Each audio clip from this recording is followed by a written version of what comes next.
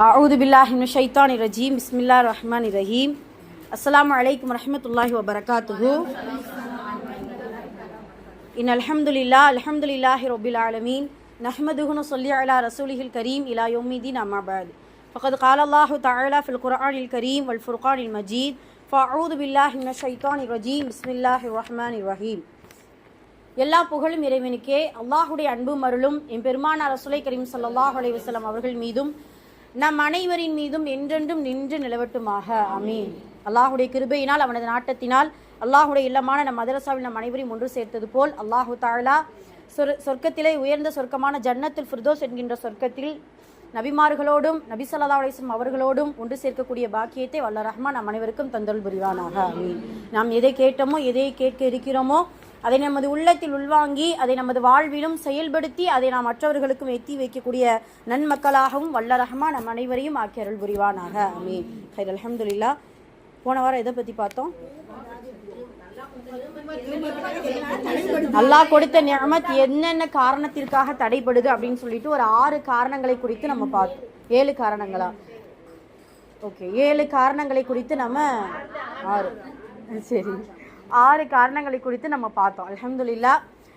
இன்னைக்கு நாம சில முக்கியமான விஷயங்களை நம்ம பார்க்க போறோம். இந்த மாதத்துல துல்கஅதா என்கின்ற ஒரு புனிதமான ஒரு மாதத்துல இருக்கிறோம். அல்லாஹுவால் சங்கை செய்யப்பட்ட மாதங்களில் 4 மாதங்களில் இந்த துல்கஅதாவும் ஒன்று அப்படிங்கிறத முதல்ல நம்ம நினைவில் வச்சுக்கிறோம். இன்னைக்கு ஓதப்பட்ட குர்ஆன் வசனம் ரொம்ப அழகா ஓதுனாங்க மாஷா அல்லாஹ் பிள்ளைங்க எல்லாருமே. இன்னைக்கு இந்த முதல் கிராத் அவங்க ஓதின வசனங்கள் பார்த்தீங்கன்னா ரொம்ப பிரபலமான வசனம். இன்னல்லதீன காலு ரப்புன் அல்லாஹ். எல்லாருமே இந்த வசனத்துடைய அர்த்தங்களும் தெரியணும். இது என்னன்னா சுருக்கமாக உங்களுக்கு சொல்லிடுவோமே. ஈமான் கொண்டு அதில் நிலைத்திருக்கக்கூடிய மக்களுக்கு அல்லாஹு தஆலா 3 நிஅமத்துகளை கொடுக்கிறான், 3 நன்மைகளை கொடுக்கிறான். அது என்ன நன்மை?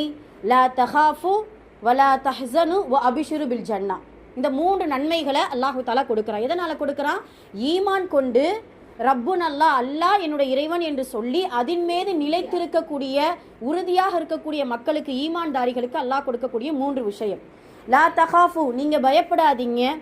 வலா தஹ்ஸனு, நீங்கள் கவலைப்படாதீங்க. வ அபிஷிரு பில் ஜன்னா, சொர்க்கத்தை கொண்டு உங்களுக்கு சுப செய்தி சொல்லப்பட்டிருக்கிறது அப்படின்னு சொல்லிட்டு மலக்குமார்கள் நமக்கு சொல்லுவாங்க.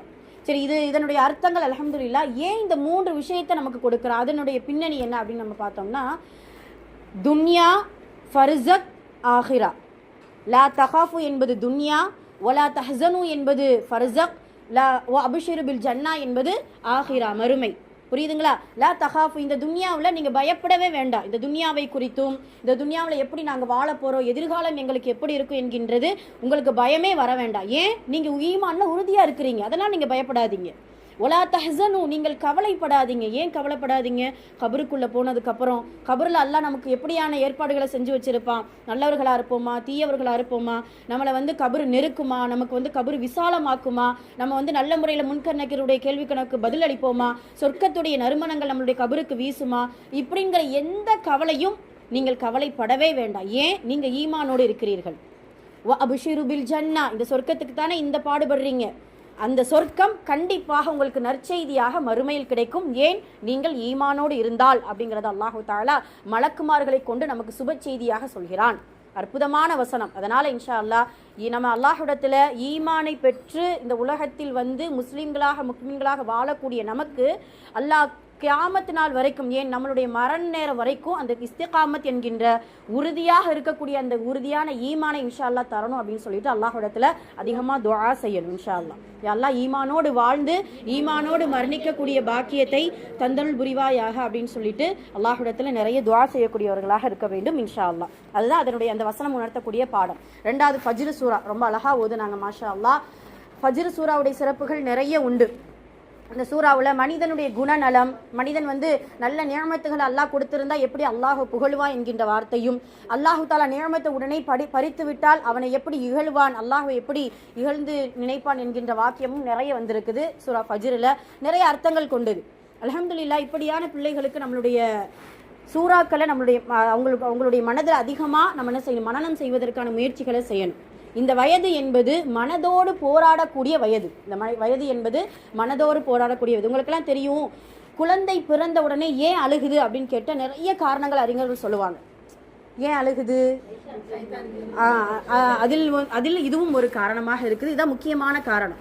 நிறைய காரணங்கள் உண்டு. அதாவது இந்த துன்யாவில் எப்படி நாங்கள் ஜெயிக்க போகிறோம் என்பது அழுகை, அல்லாஹுடைய அச்சத்தை நினைத்த அழுகை, அப்புறம் அந்த அந்த குழந்தையுடைய எதிர்காலத்தை நினைத்த அழுகை, இப்படின்னு சொல்லிட்டு இந்த துன்யாவில் வந்தால் அழுகைதான் ஆரம்பமே அப்படின்னு சொல்வதற்காக இந்த குழந்தை அழுவதாக நமக்கு அறிஞர்கள் சொல்றாங்க. அதில் ஆக முக்கியமானது என்ன அப்படின்னா, ஒரு குழந்தை பிறந்தவுடன் மலக்குமார்கள் ஒரு தீண்டுவார்களாம், ஷைத்தான் ஒரு தீண்டுவான்.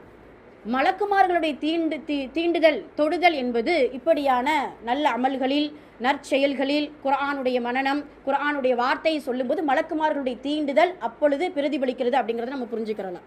இது நம்ம பிள்ளைங்க நாம ஏதாவது ஷைத்தானுடைய ஊசலாட்டம், தீங்குகளை, பாவங்களை செய்யும் பொழுது அந்த ஷைத்தான் தீண்டுனா பார்த்தீங்களா நம்ம பிறந்தும் பொழுது அதுதான் பிரதிபலிக்குது அப்படிங்கிறத நம்ம எடுத்துக்கலாம். உலகத்திலேயே ஷைத்தான் தீண்டாத சில மனிதர்கள் இருக்கிறாங்க. அதில் நபிமார்கள் நிறைய பேர். அதில் குறிப்பிட்டு ஈசா அலைஹிஸ்ஸலாத்து வஸ்ஸலாம் அவர்களுக்கு அல்லாஹ் தஆலா ஷைத்தானுடைய தீண்டுதல் இல்லாமல் இருந்ததாக நமக்கு வரலாறு சொல்லப்படுது. ஏங்கிறதுக்கு கூட காரணம் உண்டு. ஏன் அப்படின்னா, அவங்களுடைய நாணிமா யார், மரியம் அலைஹிஸ்ஸலாமுடைய அம்மா துஆ செஞ்சிருப்பாங்களா, யா அல்லாஹ் என்னுடைய சந்ததிகள், என்னுடைய சந்ததிகளுடைய சந்ததிகளை ஷைத்தானுடைய ஊசலாட்டத்திலிருந்து என்னை நீ பாதுகாத்து கொடு, இவர்களை பாதுகாத்து விடு அப்படிங்கிற அந்த துஆவின் பரக்கத்தினால மரியம் அலைஹிஸ்ஸலாம் அவர்களையும் ஷைத்தான் தீண்டலை, அதே போல ஈசா அலைஹிஸ்ஸலாத்து வஸ்ஸலாம் அவர்களையும் ஷைத்தான் தீண்டவில்லை அப்படிங்கிறத சொல்லுவாங்க. சுப்ஹானல்லாஹ். மனதுக்கும் ஷைத்தானுக்குமான போராட்டம் என்ன அப்படின்னா, நீ இவனை வழிகெடுக்கிறியா, நான் முதல்ல வழிகெடுக்கிறேனா, மனதுக்கும் ஷைத்தானுக்கும் உள்ள போராட்டம். ஆனால் அதில் ஜெயிக்கிறது யாரு? மனதுதான் ஜெயிக்கிறது. ஷைத்தானை விட ஆக மிக மோசமான ஒரு வஸ்வசா ஊசலாட்டத்தை செய்வது அந்த மனது, அந்த கல்பு. அந்த கல்புல அல்லாஹுடைய குர்ஆன் வசனத்தை நம்ம போட்டு அந்த அல்லாஹுடைய குர்ஆன் வசனத்தை சிந்திக்கக்கூடிய ஆற்றலை கொடுத்து விட்டோமேயானால் ஷைத்தானுடைய வஸ்வசாவுக்கும் அந்த மனது கட்டுப்படாது, அதனுடைய மனது அந்த மனிதனுடைய மனதுக்குமே கட்டுப்படாது. அந்த அளவிற்கு குர்ஆனுடைய வசனத்திற்கு அவ்வளவு ஒரு பெரும் சக்தி இருக்குது அப்படிங்கிறத நம்ம புரிஞ்சுக்கிறோம். இன்னொன்று என்ன தெரியுமா,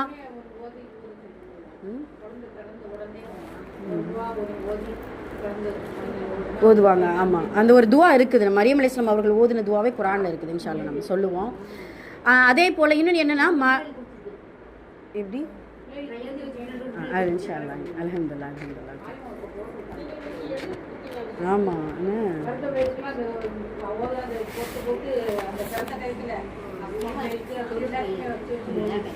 சரி, அல்ஹம்துலில்லாஹ். அதே போல் என்ன அப்படின்னு சொன்னால், மனது என்பது நம்மளுடைய வீட்டுக்குள்ளே இருக்கக்கூடிய திருடன். வீட்டுக்குள்ளே இருக்கக்கூடிய திருடன் தான் மிக மோசமான. வெளியில் இருக்கக்கூடிய திருடனை விட வீட்டுக்குள்ளே ஒரு திருடன் இருக்கிறான்னா அவன் தான் ரொம்ப மோசமான. அதனால் இன்ஷா அல்லாஹ் மனதோடு போராடக்கூடிய வயது தான் இது. இந்த வயதை நல்ல முறையில் அவர்கள் நேர்வழியில் மலக்குமார்கள் தீண்டுதல் இருக்கக்கூடிய அந்த ஒரு பிள்ளைகளாக வளர இன்ஷா அல்லாஹ் அல்லாஹு தஆலா விடத்தில் நம்ம அதிகமாக நம்மளுடைய சந்ததிகளுக்கும் வருங்கால பிள்ளைகளுக்கும் இன்ஷா அல்லாஹ் துஆ செய்யக்கூடியவர்களாக இருக்கணும். அவர்களுடைய கல்விக்காக, அவர்களுடைய பொருளாதாரத்திற்காக, அவர்களுடைய ஒழுக்கத்திற்காக, அவர்களுடைய எதிர்காலத்திற்காக, அவர்களுடைய வாழ்க்கை துணைக்காக இன்ஷா அல்லாஹ் சிறந்ததை அல்லாஹு தஆலா இம்மையிலும் மறுமையிலும் தருவான் என்பதை நம்ம இன்ஷா அல்லாஹ் அல்லாஹ்விடத்தில் துஆவாக வைத்து இன்னைக்கு நம்ம எதை பற்றி பேச போகிறோம் அப்படின்னு சொல்லும் பொழுது, ஹாஜிகளே கொஞ்சம் நில்லுங்கள், இதை கொஞ்சம் கேளுங்கள் அப்படிங்கிற தலைப்பில் இன்ஷா அல்லாஹ் நம்ம பேச போகிறோம். சரிங்களா? ஹாஜிகள் அப்படின்னு சொல்லும்போது ஐயோ நம்மலாம் உள்ளூருக்குள்ளே தானே இருக்கும், நம்ம எப்படி நினச்சிக்கிறோம் அப்படின்னா ஹாஜிகளாக ஆக போகிறோம் இன்ஷா அல்லாஹ். சரிங்களா? இன்ஷா அல்லாஹ் அல்லாஹு தஆலா அதற்கான ஒரு நசீபை நமக்கு எல்லாருக்குமே கொடுக்கணும். ஏழை பணக்காரன் எல்லாத்திற்கும் அல்லாஹு தஆலா இந்த நசீபை கொடுக்கணும் அப்படின்னு சொல்லிட்டு அல்லாஹ்விடத்தில் முதல் பிரார்த்தனையோடு இன்ஷா அல்லாஹ் இந்த தலைப்பில் நம்ம நுழைவோம். அல்லாஹு தஆலா துல்கஅதா என்கின்ற புனிதமான ஒரு மாதத்தில் நம்மளை இருக்க வச்சிருக்கிறான். அதில் முதல் ஜும்மா ரெண்டாவது ஜும்மாவா? முதல் ஜும்மா தானே துல்கஅதா. ஃபர்ஸ்ட் ஜும்மாவில் நம்ம இருக்கிறோம். ஆமாம், சரி. அப்போ அந்த ஃபர்ஸ்ட் ஜும்மாவில் நம்ம நிறைய சிந்தனைக்கு கொண்டு வரணும். ஏன்னா லட்சக்கணக்கான மக்கள் அல்லாஹு தஆலா அவனால் தேர்ந்தெடுக்கப்பட்ட விருந்தாளிகளை தன் வீட்டிற்கு அழைக்கக்கூடிய அற்புதமான மாதம் இந்த துல்கஅதாவுடைய மாதம். ரசூல் ஸல்லல்லாஹு அலைஹி வஸல்லம் அவர்கள் துல்கஅதாவுடைய மாதத்தில் தான் அவங்களுடைய ஹஜ்ஜுடைய பயணம், ஹஜ்ஜத்துல் விதா என்கின்ற இறுதி ஹஜ்ஜுடைய பயணத்தை நபி ஸல்லல்லாஹு அலைஹி வஸல்லம் அவர்கள் துல்கஅதாவுடைய மாதத்தில் தான் தொடர்ந்ததாக நமக்கு வரலாறு சொல்லப்படுது. அது மட்டுமல்ல, இந்த துல்கஅதாவுடைய மாதத்தில் தான் ரசூல் ஸல்லல்லாஹு அலைஹி வஸல்லம் அவருடைய 4 உம்ராக்கள், அதாவது 3 உம்ராக்கள் இந்த துல்கஅதாவுடைய மாதத்தில் நிகழ்ந்திருக்கு. 4வது உம்ரா துல் ஹஜ்ஜுடைய மாதம். இப்போ 2 தொடர்ந்து வரக்கூடிய புனிதமான மாதத்தில் நம்ம இருக்கிறதுனால ஹாஜிகளுக்கான சில அட்வைஸ்.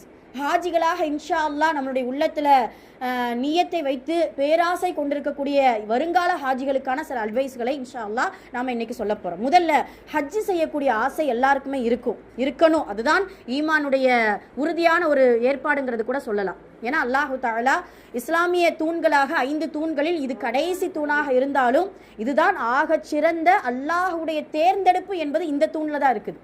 தொழுகை அல்ஹம்துலில்லாஹ் நிறைய தொழுகையாளிகளை நம்ம ஊருக்குள்ள பார்க்கலாம், நம்ம நாட்டுக்குள்ள பார்க்கலாம். அதே போல தனவந்தர்கள் பொருளாதாரத்தை கொடுத்து ஜக்காத்தை நல்ல முறையில் நிறைவேற்றக்கூடிய மக்களை நம்ம பார்க்கலாம். கலிமாமுல் இந்த முஸ்லீம்கள் கோடான கோடி மக்கள் இந்த உலகத்தில் இருக்கிறாங்க. அதே போல நோன்பாளிகள் ரமலானுடைய மாதம் வந்தால் சுப்ஹானல்லாஹ் முசல்லாவில் தொடர்பில்லாத மனிதன் கூட தொழுகையாளியாக நோன்பாளியாக மாறக்கூடிய மாற்றத்தை நம்ம பார்க்கிறோம். ஆனால் இந்த ஹஜ்ஜி என்பது அல்லாஹுடைய நாட்டம் மிக முக்கியமானது.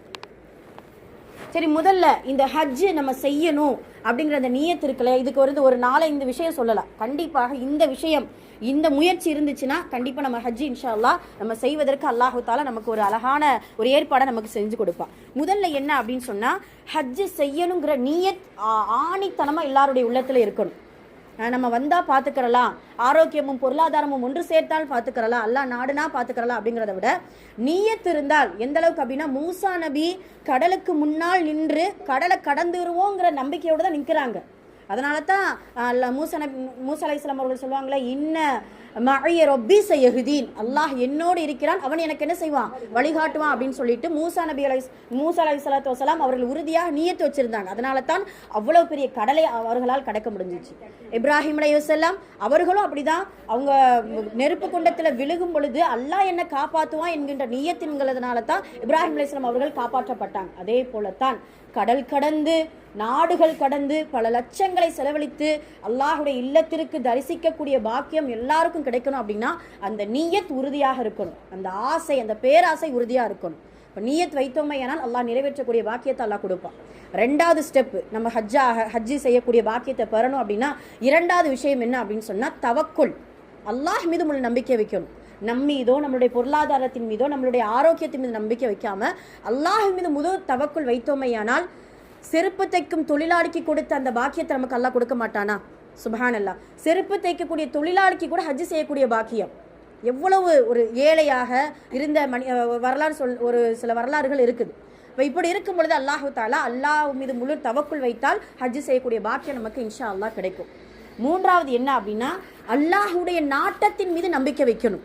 யா அல்லாஹ், முஸ்லீம்லா உன்னுடைய நாட்டத்தின் அடிப்படையில் தான் நான் முஸ்லீமா பிறந்தேன், உன்னுடைய நாட்டத்தின் அடிப்படையில் தான் இந்த உலகத்தில் ஒரு இலை கூட உன்னுடைய நாட்டத்தின் அடிப்படையில் தான் உதிருது. அதே போல் நீ நாடணும் அப்படிங்கிற உறுதியாக ஒரு தாயிடத்தில் எப்படி அடம் பிடித்து ஒரு பொருளை பெறுவோமோ அதே போல் அல்லாஹ்விடத்தில் அடம் பிடித்து, யா அல்லாஹ் உன்னுடைய இல்லத்திற்கு விருந்தாளியாக என்னை அழைத்தே ஆக வேண்டும் என்று சொல்லி அவனுடைய நாட்டத்தின் மீது நம்பிக்கை வைத்தோமையானால் அல்லாஹ் ஹஜ் செய்யக்கூடிய பாக்கியத்தை கொடுத்துருவான். சரி, இதெல்லாம் செஞ்சுட்டு முயற்சி செய்யாமல் இருந்தோம்னா என்ன, அது ரொம்ப இது இல்லையா? அதாவது ஒட்டகத்தை கட்டி வச்சுட்டு தான் என்ன செய்யணும், அல்லாஹ்விடத்தில் பிரார்த்தனை செய்யணும். ஒட்டகத்தெல்லாம் அவிழ்த்து விட்டுட்டு எப்படியாவது என் ஒட்டகத்தையும் உணவையும் கொடுத்துரு, நான் இங்கே உட்காந்துருக்கேன் அப்படின்னு சொன்னால், அப்போ அதற்கான முயற்சி இன்ஷா அல்லாஹ். ஏதாவது நம்ம பொருளாதாரத்திலிருந்து ஒரு மாத வருமானம் வருது, ஒரு வார வருமானம் வருது, ஒரு தினக்கூலி வருமானங்கள் வருது, இல்லை ஒரு வியாபாரத்திலிருந்து ஒரு மொத்த தொகையாக வருது அப்படின்னா அதுக்குன்னு சொல்லி நம்ம இன்ஷா அல்லாஹ் நம்மளுடைய குமர்களுக்கு எடுத்து வைப்போம், நம்ம வருங்காலம் நம்மளுடைய பிள்ளைகளுடைய படிப்புக்கு எடுத்து வைப்போம், என்னென்னமோ செஞ்சுட்டு இருக்கிறோம். அதில் ஒரு பங்கு இன்ஷா அல்லாஹ் ஹஜ்ஜுக்காக ஒரு சேமிப்பு இருக்க வேண்டும். அது குறைவாக இருந்தாலும் சரி, 100 ரூபாயா ஹஜ்ஜுக்கு சேமிங்க, 1000 ரூபாயா, 500 ரூபாயா, 10 ரூபாயா, நம்மளுடைய பிள்ளைகளுக்கு இப்பொழுது பழக்கப்படுத்துங்க. உனக்கு 10 ரூபாய் கிடைக்குதா, 5 ரூபாய் ஹஜ்ஜுக்காக நீ சேமிச்சு பழகு அப்படின்னு சொல்லிட்டு நம்மளுடைய பிள்ளைகளுக்கும் நாமும் முயற்சி செய்தோமையானால் ஹஜ் செய்யக்கூடிய பாக்கியத்தை அல்லாஹ் நம்ம இன்ஷா அல்லாஹ் நமக்கு தருவான். அப்படிங்கிற இந்த ஒரு 4 விஷயத்தை இன்ஷா அல்லாஹ் நம்ம கருத்தில் கொள்ள வேண்டும். சுப்ஹானல்லாஹ். குர்ஆன்ல அல்லாஹ் தஆலா 13 இடங்களில் ஹஜ்ஜை குறித்து பேசுறான். 13 இடங்கள்ல நம்ம நினைக்கிறோம் ஹஜ்ஜுங்கிறது கடைசி கடமை அப்படின்னு சொல்லிட்டு, கடைசி கடமையாக இருந்தாலும் அல்லாஹ்வுக்கு மிக விருப்பமான கடமைகளில் ஆகச் சிறந்தது இதுதான். 13 இடங்கள்ல ஹஜ்ஜை குறித்து பேசுகிறான். அதுல 11 வார்த்தைகள் ஹஜ் என்பது குர்ஆன்ல வந்திருக்கு. 11 வார்த்தை ஓதும்போது நீங்க கவனிங்க. அதுலயும் பாத்தீங்கன்னா சூரத்துல் பக்ரா, சூரா ஆல இம்ரான், சூரா மாஇதா, சூரா தௌபா, அதே போல சூரா ஹஜ், இந்த 5 சூறாக்களில் தான் ஹஜ்ஜை குறித்து அல்லாஹு தஆலா பேசுகிறான். ஹஜ்ஜுடைய சூறாக்கள் இதனுடைய பின்னணியில கொடுத்துருக்காங்க. இப்னு கஸீர்ல வரக்கூடிய ஒவ்வொரு விஷயங்களும் இதெல்லாம் இடம்பெற்றிருக்கு. இப்போ இப்போ இந்த 5 சூறாக்களில் தான் சூரத்துல் பக்ரா, சூரா ஆல இம்ரான், சூரா மாஇதா, சூரா தௌபா, சூரத்துல் ஹஜ். அல்லாஹு தஆலா சூரத்து ஸலா தொழுகை என்கின்ற சூரா கொடுக்கல நமக்கு. சூரத்து ஜகாத், சூரத்து சௌம் கொடுக்கவே இல்லை. சூரத்துல் ஹஜ் என்று சொல்லி ஹஜ்ஜுங்கிற ஒரு சூறாவை, ஒரு அத்தியாயத்தை நமக்கு இறக்கி கொடுக்கிறான் என்றால் இன்னொன்று தெரிஞ்சுக்கிறனும், ஹஜ்ஜு உடைய ஆசை நமக்கு எப்படி இருக்குதோ அதே போல ஹஜ்ஜுக்கு போறவங்க யாராவது இன்ஷா அல்லாஹ் இந்த வருடத்தில் நமக்கு தெரிஞ்சவங்க இருக்கிறாங்க அப்படின்னா ஹஜ்ஜுடைய சூறாக்களின் பொருட்களை படித்து விட்டு தான் இன்ஷா அல்லாஹ் என்ன செய்யணும், ஹஜ்ஜுக்கு போவோம். எல்லாருமே நம்ம இன்ஷா அல்லாஹ் நம்ம ஹஜ்ஜுக்கு போகக்கூடிய ஆசை இருக்குதுல்ல, அந்த ஹஜ்ஜுடைய சூறாக்கள் என்னன்னா, நம்ம நேற்று கூட நம்ம பார்த்தோம் இல்லையா முஅல்லமா பாடத்தில், ஏதாவது ஒரு அமல் செய்யணும் அப்படின்னா அந்த தொழுகையுடைய கல்வி நமக்கு இருக்கணும். ஜக்காத் கொடுக்கணும்னா அந்த ஜக்காத்துடைய கல்வி நமக்கு இருக்கணும். அதே போல ஹஜ்ஜு செய்ய வேண்டும் என்றால், அதாவது கைடு அல்ஹம்துலில்லாஹ் நல்ல ஒரு வழிகாட்டிகள் நிறைய இப்போலாம் நல்ல ஒரு வழிகாட்டுதலை நமக்கு கொடுக்குறாங்க. இருந்தாலும் தன்னுடைய சுய அறிவை கொண்டு கொஞ்ச நாளும் அந்த ஹஜ்ஜுடைய சட்டங்களை தெரிந்து கொள்ள வேண்டும் இன்ஷா அல்லாஹ். அதில் அதிகமாக சூரத்துல் ஹஜ்ஜில் அல்லாஹு தஆலா அதனுடைய சட்டங்களை நமக்கு சொல்லிக் கொடுக்கிறான். அதே போல அதுதான் பொருளை நம்ம படிக்கணும், அர்த்தங்களை தெரிஞ்சுக்கிறோம் இன்ஷா அல்லாஹ். அதே போல அந்த சூரா ஆரம்பிக்கக்கூடிய வார்த்தையை கவனிச்சிங்களா, ஹஜ்ஜுக்கு செல்லக்கூடிய ஒரு மனிதன் எதை முதலில் தயாரிக்க வேண்டும் என்று சொல்லி ஆரம்ப வசனத்திலே அல்லாஹ் சொல்லி கொடுத்துட்டான். யா ஐயுஹன் நாஸ், மக்களே, பொதுப்படையாக அல்லாஹ் அழைக்கிறான். யா ஐயுஹன் நாஸ், மக்களே, இத்தகுல்லாஹ ரப்பக்கும், உங்களுடைய இறைவனை அஞ்சிக் கொள்ளுங்கள். தக்வா, இந்த தக்வா தான் முதல் விஷயம். ஹஜ்ஜிக்கு செல்லக்கூடிய ஹாஜிகள் கவனத்திற்கு என்ன அப்படின்னா, ஒரு 5 விஷயத்தை இன்னைக்கு நம்ம பேச போறோம் இன்ஷா அல்லாஹ். நமக்கும் சரி, வருங்க சென்று தயாரிப்போடு இருக்கக்கூடிய ஹாஜிகளுக்கும் சரி இன்ஷா அல்லாஹ். முதல் இது தக்வா தான். தக்வா என்பது எந்த அளவுக்கு மனிதனுக்கு பயன்பெறும் அப்படின்னு சொன்னா, லட்சக்கணக்கான ரூபாய் செலவழித்து ஹஜ்ஜு செஞ்சாலும் உலகத்தாருக்கு அவர் ஹாஜி, உலகத்தாருக்கு அவர் ஹாஜி. ஆனால் தக்வாவோடு ஹஜ்ஜு செய்தால் மட்டும்தான் அல்லாஹ்விற்கு அவர் ஹாஜி. சுபஹான் அல்லாஹ், அதுதானே உண்மை. எத்தனையோ பேர் அல்ஹம்துலில்லாஹ் உமர் ரலியல்லாஹு அவர்கிட்ட சம்பவங்கள் வருது இன்ஷா அல்லாஹ். உமர் ரலியல்லாஹு அவர்கள் சொல்லுவாங்க, இப்படி சொல்லுவாங்களா, அதாவது ஹஜ்ஜில் இருக்கக்கூடிய பல லட்சம் மக்களுக்கு முன்னாடி உமர் ரலியல்லாஹு அவர்கள் இப்படி பிரசங்கப்படுத்துவாங்க. எப்படி பிரசங்கப்படுத்துவாங்க,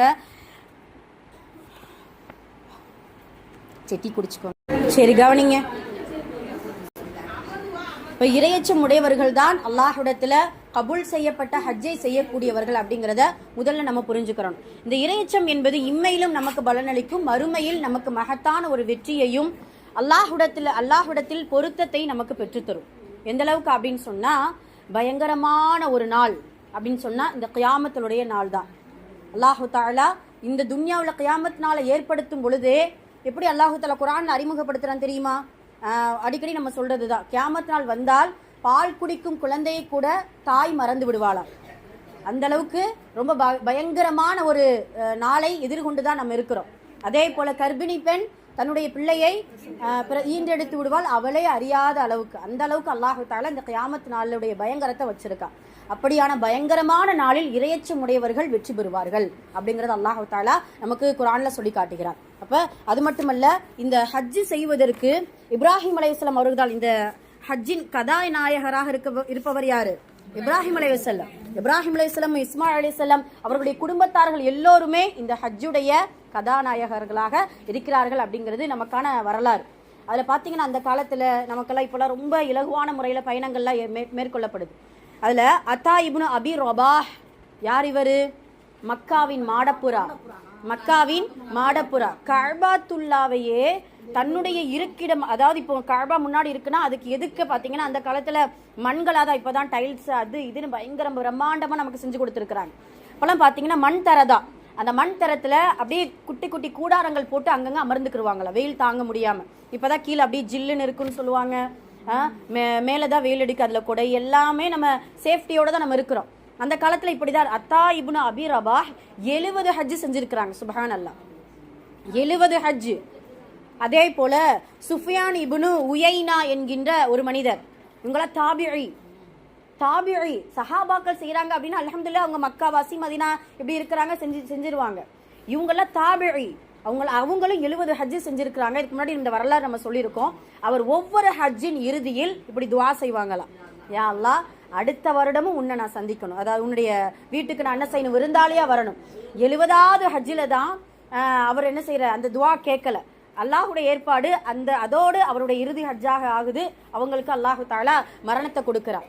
ஏன் இதை கேட்கல அப்படின்னு சொல்லிட்டு அவரு மாணவர்கள் கேட்கும் பொழுதுதான் அந்த தாபியை சொல்வாரா, இதற்கு மேல் அல்லாஹ்விடத்தில் கேட்பதற்கு நான் வெட்கப்படுகிறேன். 70 ஹஜ்ஜுடைய பாக்கியத்தை அல்லா செஞ்சுட்டான், எனக்கு கொடுத்துட்டா அப்படிங்கறத சொல்லுவாங்க. அதே போல ஹுசைன் ரலியல்லாஹு அன்ஹு 25 ஹஜ்ஜு நடந்தே பயணம் செஞ்சிருக்காங்கம்மா. மதீனாவுல இருந்து மக்கா 450 கிலோமீட்டர். நமக்கு தெரியும் அத பாலைவன சூடு என்ன, அதனுடைய பயணிக்கக்கூடிய நிலவரம் என்ன எல்லாம் தெரியும். நடந்தே ஹுசைன் ரலியல்லாஹு அன்ஹு அவர்கள் ஹஜ் செய்யக்கூடிய வரலாறு நம்ம பார்க்கிறோம். சுப்ஹானல்லாஹ். இதெல்லாம் ஹஜ்ஜின் மீது பேராவல் கொள்ளக்கூடியவர்கள்.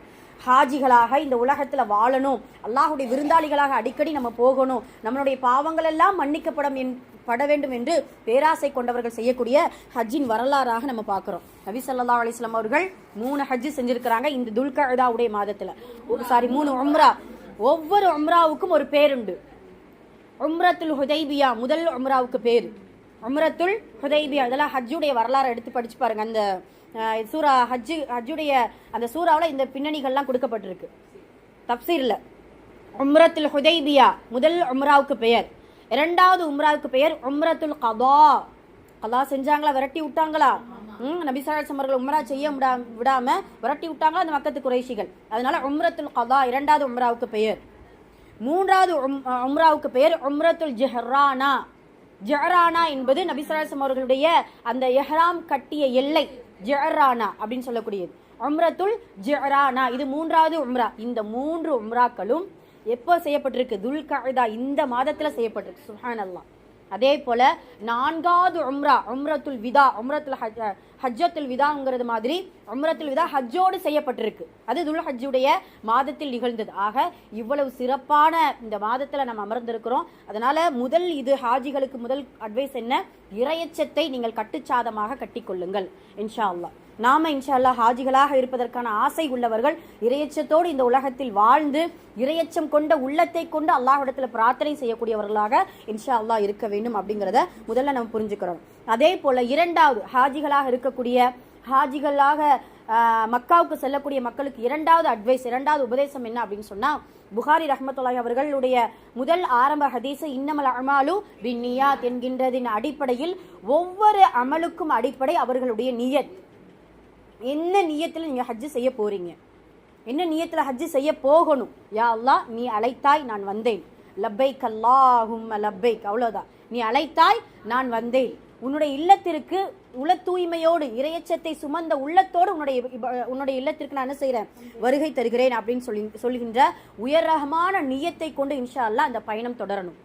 முகஸ்துதியோ பெருமைக்கோ அதுலேயும் அது மட்டும் இல்லாமல் நம்மளுடைய மக்களிடத்துல இந்த கேட்டகரி உண்டு. இதுல இருந்து அல்லாஹ் பாதுகாக்கணும். ஒரு உதாரணத்துக்கு தெளிவுக்காக நான் சொல்றேன். 3 வகையினர் நமக்கு உண்டு. என்னன்னா, எப்படியாவது ஹஜ் செஞ்சிடணும். இன்ஷா அல்லாஹ் எப்படியாவது என்ன செஞ்சிடணும்?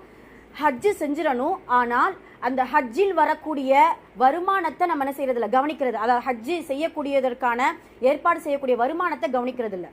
ஹாஜிகளுடைய 3வது கவனம் அதுதான் இன்ஷா அல்லாஹ். 2வது நம்ம நியத்துன்னு சொன்னோம் இல்லையா, அதே போல 3வது இது என்னன்னா, ஹராமான பொருளீட்டிலிருந்து நீங்கள் பாதுகாத்து ஹலாலான வருவாயை கொண்டு பொருள் சேற்று நல்ல முறையில் தூய்மையான கலப்படமற்ற மக்பூலான ஹஜ்ஜாக என்ன செய்யுங்க, ஹஜ் செய்யுங்க அப்படிங்கிறத நம்ம இன்ஷா அல்லாஹ் 3வது அட்வைஸா கொடுக்குறோம். அதுல 3 வகையினராக நம்ம இந்த மக்கள் நம்ம பிரிஞ்சு இருக்கிறோம்.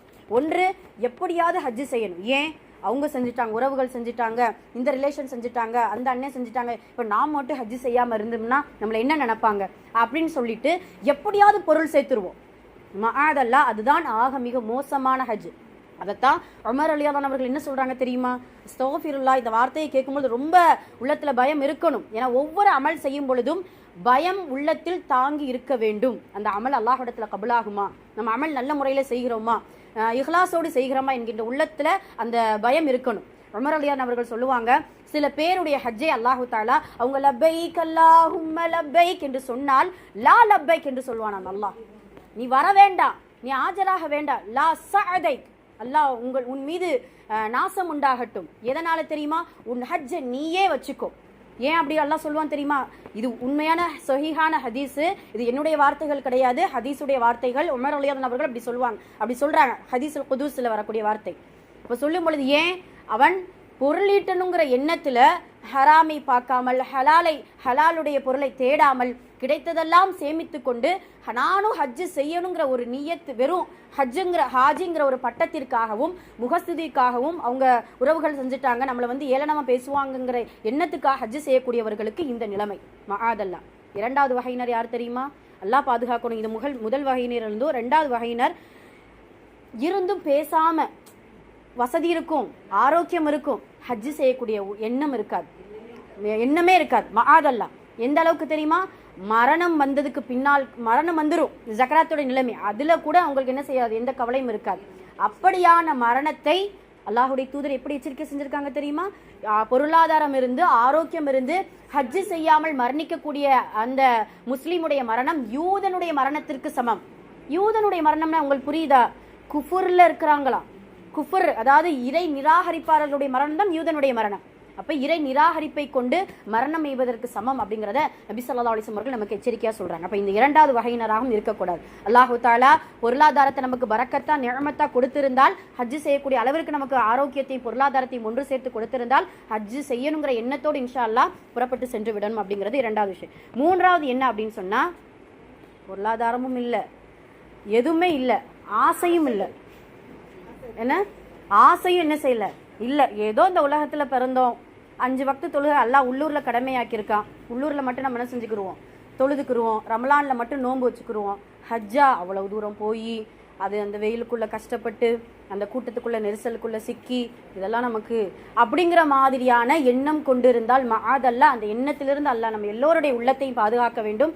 ஆசை இல்லாத மனிதன் அல்லாஹ்விடத்துல துர்பாக்கியவான். அதுவும் ஹஜ்ஜு செய்யக்கூடிய ஆசை இல்லாத மனிதன் அல்லாஹ்விடத்துல பெரும் நஷ்டவாளி. அப்ப இந்த 3 விஷயத்திலையும் நம்ம இன்ஷா அல்லாஹ் என்ன செய்யணும், பாதுகாப்போடு இருக்கணும்.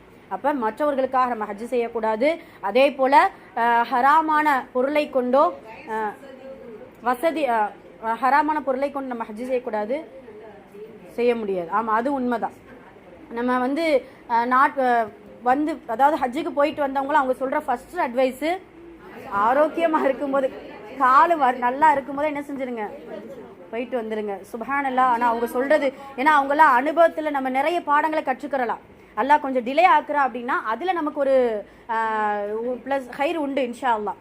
என்ன அப்படின்னா, நடைபயணம் எவ்வளவுதான் வசதி வாய்ப்புகளோடு இப்போ ஹஜ்ஜு கமிட்டி நம்ம கூட்டுட்டு போனாலும் நடக்கிறது அவங்க காலை வச்சா நமக்கு நடந்து கொடுப்பாங்க, நம்ம காலை வச்சு தான் நடக்கணும்.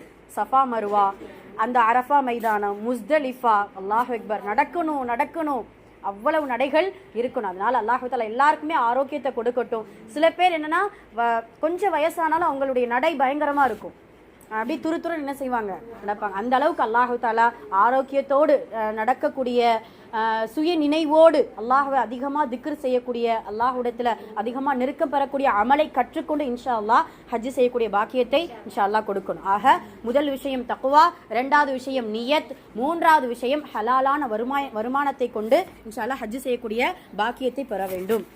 ஹாஜிகளுக்கான அட்வைஸ் மூன்றாவது. நான்காவது என்ன அப்படின்னு சொன்னா, ஹஜ்ஜின் நோக்கம் சரியாக இருக்க வேண்டும். ஹஜ்ஜின் நோக்கம் எதுக்காக நம்ம ஹஜ்ஜு செய்கிறோம் அப்படின்னு சொன்னால், மறுமை வாழ்வை வெற்றி பெறுவதற்காக நம்ம ஹஜ்ஜு செய்கிறோம். வேறு எதற்காக இருக்குமா? வேறு எந்த நோக்கமும் நம்முடைய உள்ளத்தில் இருக்கக்கூடாது. இதில் ஒரு அறிஞருடைய ஒரு கூற்று நான் படித்தேன், சுப்ஹானல்லாஹ். ரொம்ப ஒரு ஆழ்ந்த ஒரு சிந்தனையை கொடுக்கக்கூடிய ஒரு கூற்று. இதை நல்ல வார்த்தைகளை கவனிங்க. 4 அட்வைஸ் நமக்கு கொடுக்குறாங்க. மக்கள் எல்லாம் வழி தவறி இருக்கிறார்கள் உலமாக்களை தவிர. வார்த்தைகள் கவனம். மக்கள் எல்லாம் வழி தவறி இருக்கிறார்கள் உலமாக்களை தவிர. உலமாக்கள் வழி தவறி இருக்கிறார்கள் அமல் செய்யும் உலமாக்களை தவிர. வார்த்தை எவ்வளவு அழகானது பார்த்தீங்களா? அதே போல அமல் செய்யும் உலமாக்கள் வழி தவறி இருக்கிறார்கள் இஹ்லாஸோடு அமல் செய்யும் உலமாக்களை தவிர. சுப்ஹானல்லாஹ். 4வது விஷயம்தான் ரொம்ப பயங்கரமா ஒரு பயமுறுத்தக்கூடிய ஒரு வார்த்தை. இஹ்லாஸோடு அமல் செய்யக்கூடிய உலமாக்கள் மிக ஒரு பயங்கரமான ஒரு நிலையில் இருக்கிறார்கள். என்ன பயங்கரமான நிலை தெரியுமா? ஒரு நிமிடத்தில் அவர்களுடைய அமல்கள் எல்லாம் பாழாக போகக்கூடிய சில வாய்ப்புகள் வரும் பொழுது அதிலிருந்து நம்ம என்ன செஞ்சுக்கிறோம், அவங்க பாதுகாத்துக்கிறோம். இது எப்படி அப்படின்னு சொன்னால், உதாரணமாக சொல்கிறாங்க, இப்போ ஒருத்தர் ஹஜ்ஜு செய்கிறதுக்காக நம்மள்கிட்ட வந்து அட்வைஸ் கேட்குறாரு. இல்லை ஹஜ்ஜுடைய சில விஷயங்களை அவங்களுக்கு நம்ம சொல்கிறாங்கன்னு நினச்சிக்கோங்களேன். இதெல்லாம் ஒரு ஹஜ்ஜா? நீங்கள் இப்படியா சொல்கிறது? நான் எத்தனை ஹஜ்ஜு செஞ்சுருக்கேன் தெரியுமா? 40 ஹஜ்ஜு செஞ்சுருக்கேன் அப்படின்னு இஹ்லாஸோடு இவ்வளவு நாளை பாதுகாத்துக்கிட்ட அந்த வார்த்தை ஒரு நிமிடத்தில் என்ன செஞ்சுச்சு, அந்த அமல் ஒரு நிமிடத்தில் போயிடுச்சு. அதான் இஹ்லாஸோடு அமல் செய்யக்கூடிய மக்களுடைய பயம் எதில் இருக்கணும் அப்படின்னா அவர்களுடைய வார்த்தைகள் இருக்கணும். மஆதல். அப்போ எந்த அளவுக்கு நாம வழி தவறக்கூடிய நிலைகளில் நம்ம இருக்கிறோம், மஆதல் அல்லாஹ் பாதுகாக்கணும். இப்போ மறுபடியும் இந்த விஷயத்தை மறுபடியும் சொல்கிறேன். மக்கள் வழித்தவறி இருக்கிறார்கள் உலமாக்களை தவிர, உலமாக்கள் வழித்தவறி இருக்கிறார்கள் அமல் செய்யும் உலமாக்களை தவிர, அமல் செய்யும் உலமாக்கள் வழித்தவறி இருக்கிறார்கள் இஹ்லாஸோடு அமல் செய்த உலமாக்களை தவிர. இஹ்லாஸோடு அமல் செய்யக்கூடிய உலமாக்கள் பயங்கரமான ஒரு ஆபத்தில் இருக்கிறார்கள். அதுதான் அவர்களுடைய அழகான சொல், அந்த அதாவது பெருமைக்கான அழகான சொல்ல முகஸ்துதிக்கான சொல். அந்த சொல் அவர்களுடைய எல்லா இஹ்லாஸ், எல்லா அமல், எல்லா விஷயங்களையும் என்ன செஞ்சிடும், பாலாக்கிறோம். அதனால நம்மளுடைய நியத் என்ன, ஹஜ்ஜுடைய நோக்கம் என்ன அப்படின்னா மறுமைக்கான வெற்றியை தவிர வேறு ஒன்றும் இல்லை. இது முதல் நோக்கம். ரெண்டாவது நோக்கம் என்ன அப்படின்னு சொல்லும் பொழுது ஹஜ்ஜின் நோக்கம் அல்லாஹ்வை நெருங்குவது. ஏன்னா அல்லாஹுடைய இருப்பிடத்துக்கு, அதாவது இல்லத்திற்கு இருப்பிடம் கிடையாது, அல்லாஹுடைய இல்லத்திற்கு நாம போறோம்னா எவ்வளவு பெரிய நெருக்கத்துல நம்ம இருக்கிறோம் அல்லாஹ்வுக்கு. சுப்ஹானல்லாஹ். இது இரண்டாவது நோக்கமா இருக்கணும். மூன்றாவது நோக்கம் கபூல் செய்யக்கூடிய தன்மை கொண்டவர்களாக தன்னை ஆக்கிக் கொள்ளக்கூடிய அளவுக்கு ஹஜ்ஜுடைய நோக்கம் இருக்குது. சுப்ஹானல்லாஹ். உங்களுக்கு புரியுதா? ஹஜ்ஜுக்கு செல்லக்கூடிய அந்த ஹாஜிகளுடைய சில துஆக்கள் அல்லாஹ்வால் கபூல் செய்யப்படும். அங்க அந்த கபூலியத் என்கின்ற தன்மையோடு அவர்கள் என்ன செய்யறாங்க, உள்ளூருக்கு திரும்புறாங்க. அந்த கபூலியத் என்கின்ற தன்மையோடு தான் அந்த நோக்கம் தான் இன்ஷா அல்லாஹ் ஹஜ்ஜு செய்யக்கூடிய மக்களுக்கு இருக்க வேண்டும் அப்படிங்கிறத சொல்றாங்க. இப்போ அல்லாஹ்விடத்துல அந்த ஹாஜ் நம்ம இந்த இன்ஷா அல்லாஹ் உள்ளூர்லையும் சரி ஹஜ்ஜு செய்யக்கூடிய அந்த ஹாஜிகள் இடத்துல நம்ம சொல்லக்கூடிய விஷயமும் சரி என்ன அப்படின்னா, யா அல்லாஹ் இவர்களுடைய துஆவை கபூலாக்கு, இவர்கள் கேட்கக்கூடிய எங்கிருந்தாலும் கேட்கக்கூடிய கபூலியத் என்கின்ற தன்மையை இவர்களுக்கு கூட. அதுதான் நோக்கம். சுப்ஹானல்லாஹ். வேறு எந்த ஒரு நோக்கமும் ஹஜ்ஜு செய்யக்கூடியவர்களுக்கு இருக்கக்கூடாது அப்படிங்கிறத நம்ம முதல்ல புரிஞ்சுக்கிறோம். அதே போல சொர்க்கத்தை அடைவதுதான் இந்த ஹஜ்ஜுடைய நோக்கம். எந்த அளவுக்கு அப்படின்னு சொன்னா, அன்று பிறந்த பாலகனை போல நபி ஸல்லல்லாஹு அலைஹி வஸல்லம் அவர்கள் சொல்றாங்க இல்லையா, அன்று பிறந்த பாலகன் போல இந்த ஹஜ்ஜு செய்யக்கூடிய ஹாஜிகள் ஆகிடுவாங்களா உள்ளூர்ல திரும்பி வரும் பொழுது. அன்று பிறந்த பாலகர்களை நரகம் என்ன செய்யாத ஒரு போதும் தீண்டாது. அப்போ அவர்கள்லாம் சொர்க்கத்திற்கு சொந்தக்காரர்கள். அந்த அளவிற்கு அதை நோக்கமாக வைத்துதான் இன்ஷா அல்லாஹ் ஹஜ்ஜுக்கு புறப்படக்கூடிய மக்கள் இருக்க வேண்டும் அப்படிங்கிறத நபி ஸல்லல்லாஹு அலைஹி வஸல்லம் அவர்கள் நமக்கு சொல்லி காட்டுறாங்க. சுப்ஹானல்லாஹ். இவ்வளவு விஷயங்கள் இந்த துல்காய்தாவுடைய மாதம் முதல் சிந்தனை முதல் ஜுமாவில் நம்ம சிந்திச்சிருக்கோம். அல்லாஹு தஆலா ஹஜ்ஜு செய்யக்கூடிய பாக்கியத்தை எல்லோருக்கும் கொடுப்பானாக. ஹஜ்ஜுக்காக தயாரிப்பாக இருக்கக்கூடிய அந்த ஹாஜிகளுக்கு மக்பூலான அல்லாஹ்வால் பொருந்தி கொள்ளப்பட்ட அல்லாஹ்வால் அங்கீகரிக்கப்பட்ட ஹஜ்ஜை அவர்கள் நல்ல முறையில் நிறைவேற்றுவதற்கு அல்லாஹ் தௌஃபீக் செய்வானாக. அவர்களுடைய பயணங்களை இலகுவாக்கி அவர்கள் கேட்கக்கூடிய துஆக்களை அல்லாஹு தஆலா முழுமையாக கபூலாக்கி அன்று பிறந்த பாலகருக்கு போல திரும்பி வருவதற்கு அல்லாஹ் அருள் செய்வானாக. ஆமீன். أقول قولي هذا أستغفر الله لنا ولكم وآخر دعوانا الحمد لله رب العالمين. السلام عليكم ورحمة الله وبركاته. إن شاء الله துல்காய்தாவுடைய இந்த முழு அடுத்தடுத்த ஜும்மாவில் ஃபுல்லாக ஹஜ்ஜை கொடுத்து தான் நம்ம பேச போகிறோம். இன்ஷால்லா ஹஜ்ஜுடைய நன்மைகள் நிறைய இருக்குது. கிட்டத்தட்ட 40 நன்மைகளுக்கு மேலே இருக்குது. இன்ஷால்லா கொஞ்சம் கொஞ்சமாக அந்த ஹஜ்ஜுடைய நன்மைகளை நம்ம பார்க்க போகிறோம். ஒரு ஜும்மாவில் ஹஜ்ஜி எப்படி செய்யணுங்கிறத பார்க்க போகிறோம் இன்ஷால்லா. அதே போல் இப்ராஹிம் அலைஹிஸ்ஸலாம் அவருடைய வரலாறுகள் அப்படின்னு சொல்லிட்டு ஹஜ்ஜை குறித்த சில விஷயங்களை இன்ஷால்லா இந்த மாதமும் அடுத்த மாதமும் சிந்திக்க இருக்கிறோம். வல்ல ரஹ்மான் இதனுடைய நோக்கத்தை நிறைவேற்றி தருவானாக. ஆமீன். அதே போல் இன்னொரு விஷயம் அப்படின்னா, நம்ம குரூப்பில் போட்டு விட்டோம் இல்லையா, நம்ம லைன் ஸ்கூலில் என்னது இலவச கண் செக்கப் சிகிச்சை, இலவச கண் சிகிச்சை முகாம் நடக்குது. இன்ஷால்லா சொல்ல சொன்னாங்க. அது நல்ல முறையில்